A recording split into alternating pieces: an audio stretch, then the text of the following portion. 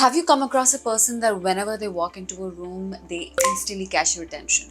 You might not be able to point out what's attractive about them, but you feel drawn to them. It's almost frustrating. Well, if you want to be one of those people, I'm here to tell you how to become a magnetic person. Hi, if you're new here, welcome to my YouTube channel, and also it's my first YouTube video, so welcome and thank you for being here. I'm Ipsita Das. I'm a personal development coach, a Tedx speaker, and a content creator. Welcome, and I'm very excited to speak to you today about how to become a magnetic person. And what does a magnetic person mean? A magnetic person is anybody who's a walking paradox. A person who can do this and a person who can do that, both. There's this Instagram trend going on that says, find you a person who can do both, who can be both. People who are walking paradoxes are instantly attractive, instantly interesting. Now, what does a walking paradox mean? A walking paradox means that you have a well-rounded, complete personality, that you have a fully developed personality.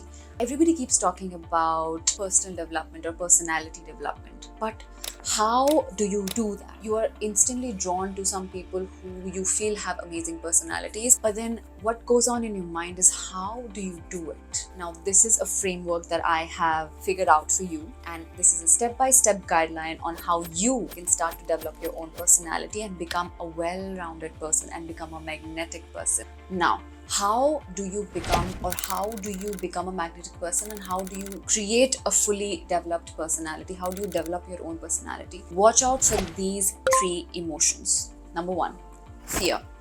Whenever you feel fear, it is an indication that you are faced with something that you're almost about to avoid, that you're tempted to avoid.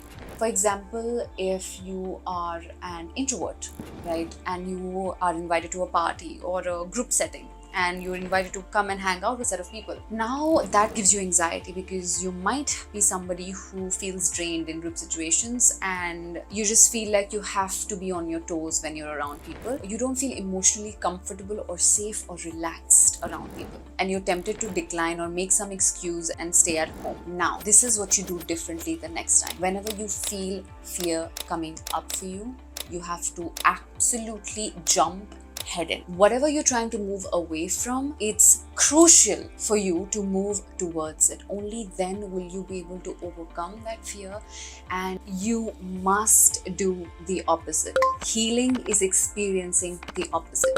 Go to that party, go and talk to people, have uncomfortable conversations, be uncomfortable in those conversations, and practice and develop those social skills. By facing your fear or by facing what you were avoiding up until now you have set in motion a sequence of events that will expose you to new experiences, that will allow you to develop the parts of your personality that didn't come naturally to you before this. This is your first step to how you become an interesting individual who can do both. Number two is resentment.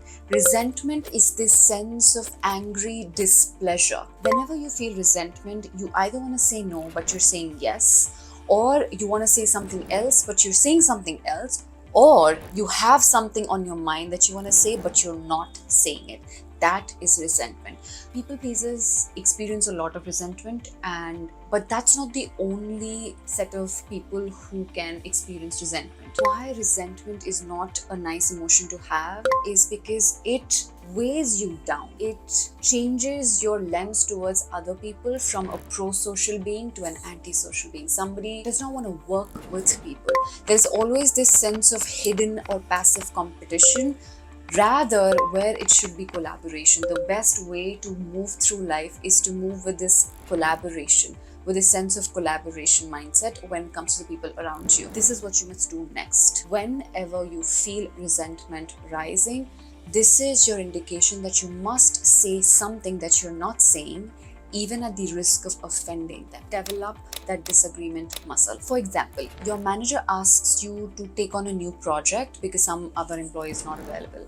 Now you would like to do it, but then you already have 3 other heavy projects lined up, and you find resentment rising because You feel the pressure to obey your manager, but at the same time, you personally do not want to do it or can't do it. Either ways, you are already overworked by your other projects. You want to say no, but as a knee-jerk reaction, you say yes. This is when you feel resentment rising.